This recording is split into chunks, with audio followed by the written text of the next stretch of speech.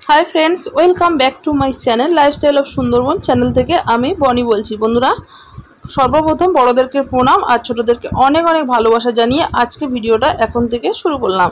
আজও তোমাদের সাথে একটা রেসিপি শেয়ার করব।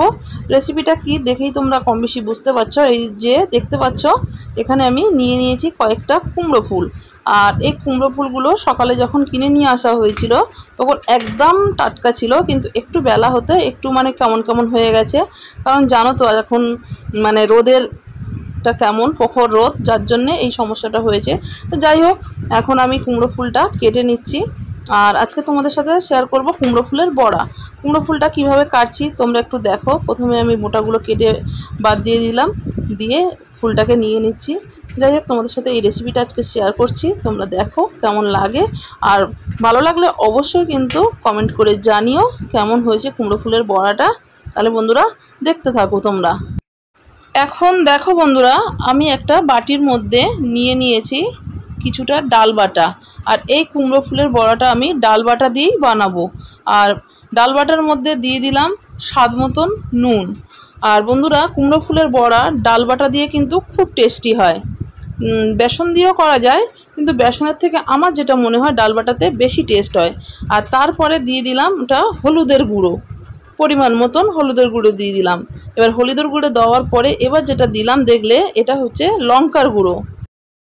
এরপরে বন্ধুরা দিয়ে দিলাম কিছুটা পরিমাণের কালো জিরে। কালো জিরে দিলে কোনো বড়া চপ এতে টেস্টটা খুব ভালো হয়। তো যাই হোক, কালো জিরেটা দিয়ে দিলাম।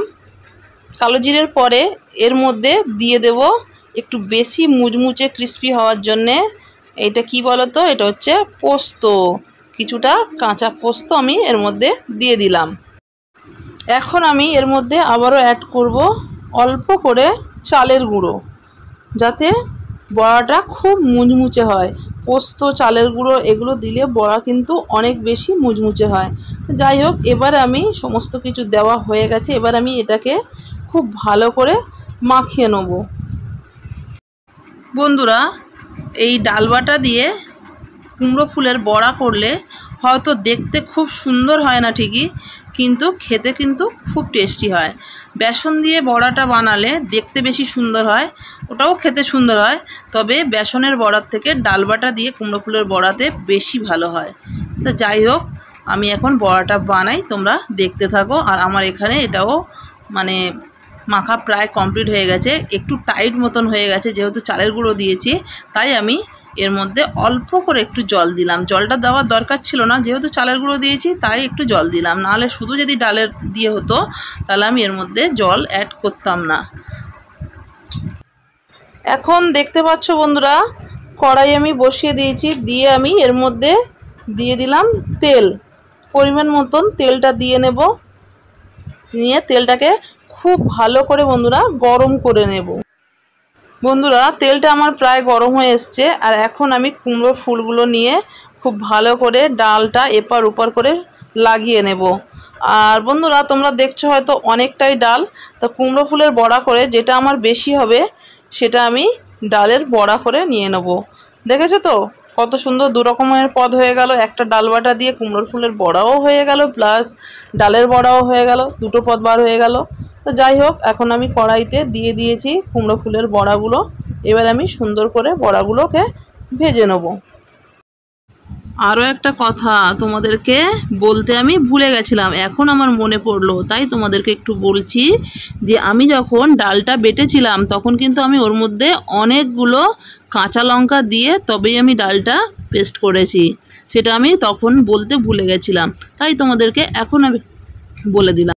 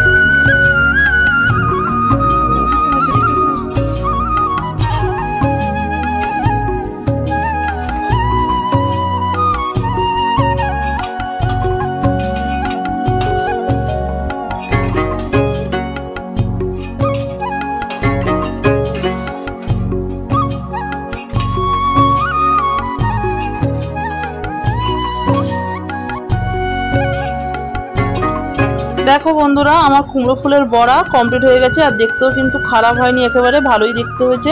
যাই হোক, কুমড়ো ফুলের বড়া করে যেটা বেঁচে ছিল সেটা দিয়ে আমি ডালের বড়াও বানিয়ে নিয়েছি। দেখো, দুটো বড়া পাশাপাশি রেখেছি, কেমন দেখতে লাগছে অবশ্যই কিন্তু কমেন্ট করে জানিও। তাহলে আজকের মতন আমি এখানেই শেষ করছি। সবাই ভালো থেকো, আমার সাথে থেকো, টাটা।